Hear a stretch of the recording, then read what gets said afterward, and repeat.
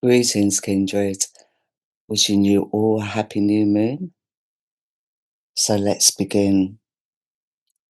So the full moon will begin on August 23rd, 2025 at 7:06 in the GMT time zone, at 2:06 in the EDT time zone, and at 16:06 in the AEDT time zone. And as the new moon begins, she will be at 11 degrees in Leo. So both the sun and moon will both be at 11 degrees in Leo. Now, 11 is a master number, and it's all about really the self and mastering the self. So, there's a lot going on. Well, there has been actually over the last, say, 5 years, but we've seen this year has been pretty heavy and intense when it comes to like the atmosphere. And, it's been very intense time, maybe even for the last 2 years, but it just seems to be escalating. And I'm seeing a lot of people very tired at the moment, feeling very drained, which really this Saturn Neptune conjunction is creating at the moment. And I've spoken about this Saturn Neptune conjunction a few times. And they've actually come back together in retrograde, although they're in separation again now. But they will come together again in direct mode, I think, in early 2026. So, I mean, this conjunction only happens around about every 36 years. And I did go into the history of when they last came into conjunction a few videos ago. So, we've also got all these generational aspects going on that only happen between every 12 to 13 to like the 36-year mark. Like some of them are 20 years.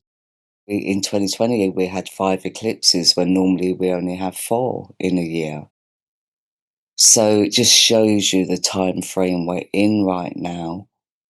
And, it has been, it's very full on, put it that way.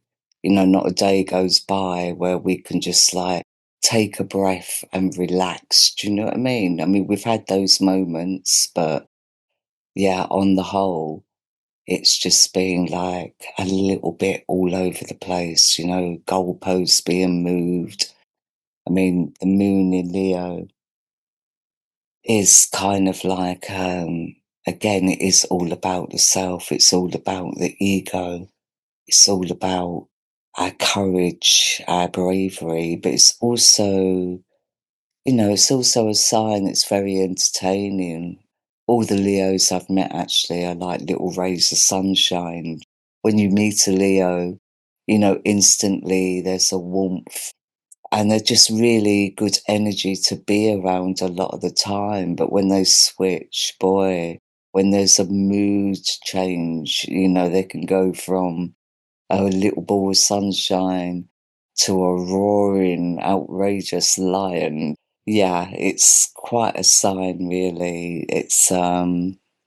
I'm quite amused by Leos myself, but then I do have a lot of planets in Leo. I have my Mars in Leo, Pluto, Uranus, Juno, Vesta. I've got quite a lot going on in Leo. I feel this new moon is, it's a very dark time still, very shadowy energy that's coming in right now.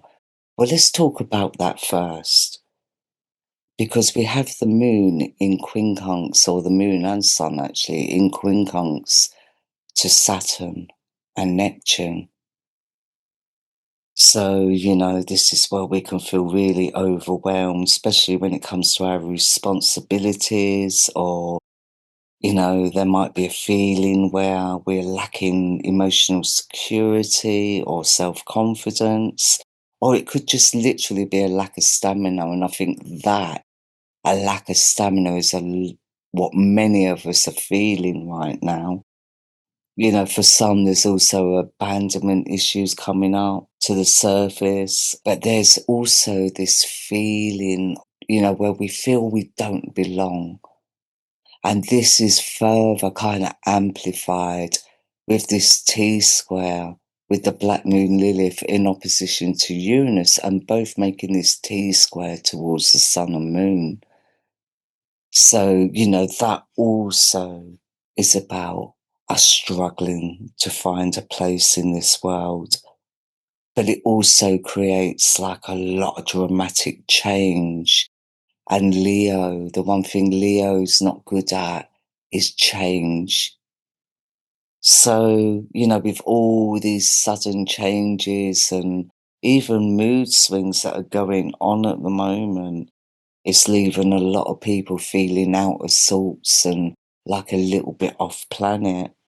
And with the moon and sun in quincunx to Neptune, it's all about self-identity issues really coming to the surface. Also can create like a lot of confusion, especially when it comes to our instincts and what we're feeling. It's like we're very detached in that respect, but it can also make us very sensitive, highly sensitive. But also with this energy, it can create or escalate a lot of mental health as well. So I feel because the energies have been so intense and so fierce over the last 5 years, a lot of people were not coping very well because it's like very heavy, very, very unstable, which creates a lot of insecurity in our place, in the future. So we need to watch out for mood swings, impulsiveness, compulsion, even. We can be easily distracted. Our emotions can be shifting from one extreme to the other. So I would just say watch out for that. So again, this 11-degree mark with the sun and moon, it's really all about creating stability within ourselves, mastering our self-control. But this quincunx does make it a little bit unstable.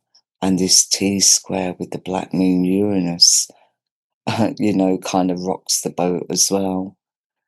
We also have the moon and sun in trine to Chiron here.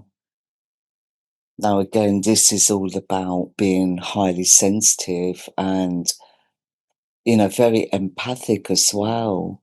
So a lot of our old traumas or experiences could be coming to the surface, or, maybe it's watching someone else go through similar kind of things that's triggering our own wounds, because remember, Chiron is the wound that never heals. It's the wound we learn to live with and make the best of, because Chiron is also the healer. And we become the healer when we've mastered our wounds or mastered the healing that our wounds need. But every now and again, they will be triggered. And, there will be like further healing that will need to be done. And I feel with Chiron in Pisces, it's really on the emotional realms. Yeah, we just need to watch out for all these energies because there's a lot going on in Pisces at the moment. We do have this Saturn Neptune conjunction. Ceres is retrograding through Pisces right now. And this is an energy of its own. Ceres also can bring up a lot of abandonment or neglect issues or even abuse issues from childhood. I feel like we can really get a lot of healing from this as well, because remember, when we're triggered, it doesn't necessarily mean that it's a bad thing, because when it's triggered, it means we have to deal with it. We have to face it. I mean, we do have Chiron in touch with the Black Moon Lilith, who's in Libra. Now, with the Black Moon Lilith in Libra, it is really all about our expectations, not just of other people, but also of ourselves. And those expectations can be very hard to live up to.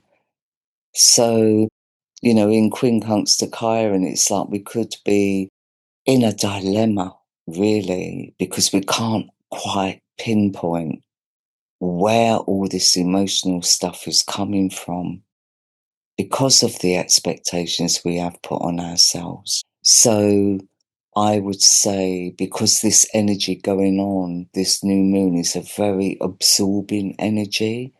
So whether we realize it or not, we all have an aura. The eighth layer of the aura is our antenna, where we pick up signals and we give out signals, what's going on in our mind, our hearts.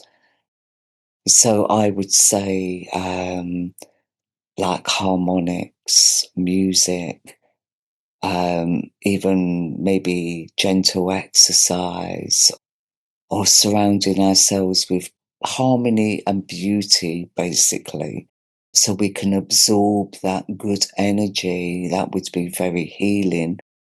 Some of us like to sit by water, even. Some of us like to be in a mountain, or it really does depend on our own chart.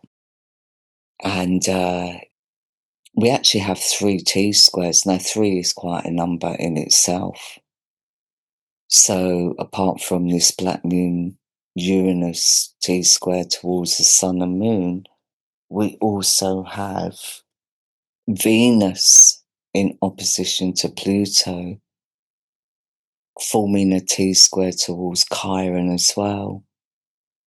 Venus in opposition to Pluto creates a lot of power struggles. It can also bring up feelings of jealousy, but it does bring kind of like hidden truths to the surface as well.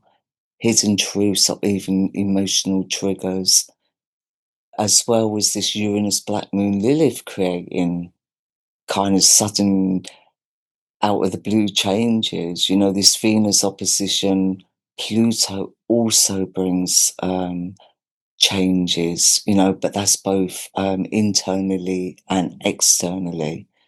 We could see relationship dramas where it's all about possessiveness or jealousy or even obsessive. Yeah, it could be triggering a lot of that as well. We may see that in the media even. I do feel this opposition with Venus and Pluto is bringing up a lot of issues in relationships, but also with this T-squares towards Chiron is also about healing wounds and our vulnerabilities within relationships. But it is all about confrontation with our own shadow, needing to address like unresolved issues within our own makeup. It's all about power and control. And when we are in that place where we feel we need to be in control, or we have power plays with people, that normally does stem from insecurities and unresolved wounds from the past. So this is going to be a very triggering time, but it's also going to be a very productive time, especially with the moon and sun being 11 degrees. So really what we've got to be open to is change, whether that's internally or externally. But with the Black Moon Lilith in opposition to Uranus, we have to be careful of like how far we go with change, because we can go over the top with it as well. So there needs to be a realization here as well that we don't have to change every single thing about our lives. We only need to pinpoint and evaluate what it is exactly that does need change. So we just need to be open for that and not be so impulsive with it, because Pluto and Uranus, we can just change our minds very quickly, change our hearts very quickly. And in Taurus, I feel it's more about material things or physical things, maybe changing our hair or changing like maybe our diet or It's really more about physical change. So we need to be aware of that as well, because there could be issues and triggers coming up around, changing the body or changing our image. So, yeah, we just need to beware this new moon of going over the top with that, because, there's a lot of emotions that are being triggered. And I think we need to look at them and, really get to the root cause of those feelings, those emotions, or even the way we're thinking. So, like I said, there's three T squares, and the third T square is with Mars in opposition to Ceres, and they're both forming a T square towards Jupiter. It's a hard one because for me, Ceres does really scream abuse, abandonment, neglect. And Mars is very active, very masculine. But in at 16 degrees, I mean, he is the protector of the underdog. And in this square to Jupiter at 15 degrees in Gemini, I don't know, because like it's in the 12th house in the UK, which is behind the scenes authority. So I feel there could be some stuff going on. I don't know if it'll quite reach the media, but it may kind of be in rumours, because Gemini is very talkative, very mutable. But it's not in the 11th house. So I don't feel it's going to be the mainstream media, but I do feel a lot of stuff is going to come out, maybe with alternative media. So there's going to be some kind of like reveals. But like I said, 15 isn't really about exposure, it's about repercussions. So there's definitely something going on there that may eventually reveal itself. So we just need to watch out for that. Also, though, with this T square, on a personal level, it is about kind of curbing our impulses, really. But with Uranus shaking things up here, whilst Pluto and the Black Moon Lilith are triggering, I just feel there's some kind of repercussions, and maybe, there's going to be an element of self-defensiveness as well. But with Gemini, we can it's very open energy, so we can read that like a book sort of thing. So yeah, just keep your eyes open. But also we have a kite going on with Jupiter in trine to the North Node here. And the North Node is in trine to Juno and Vesta. And then Vesta and Juno are in trine to Jupiter. So, I mean, on the whole, Jupiter in trine to the North Node brings in a bit of good luck, or we know how to navigate the external energies. It's like we have the ability to move through difficult situations with ease. This is actually an air kite, so it's all about the mentality. So it could be that we're exploring mentally, maybe taking on new perspectives, or maybe we're being more open-minded with this energy. So I feel this is a great opportunity for us to get our heads around things, to actually open up our eyes to see new perspectives. And I think that is all going to be triggered with these more negative aspects that are going on. It's those triggering negative aspects that really do create room for growth, like soul growth, spiritual growth, mental and emotional maturity. It kind of instigates that. And I feel that many, many people over the last 5 years have really reached heights of maturity in their way of thinking, in their way of feeling, and in their way of being. So I'm going to end this here on that positive note. Oh, and the new horoscopes are out. I will link them below. And also, the next full moon will be a lunar eclipse. And then we will have a new moon solar eclipse after that. So remember, we're also coming up to eclipse season. And as always, I'm sending you all peace and much love. Take care.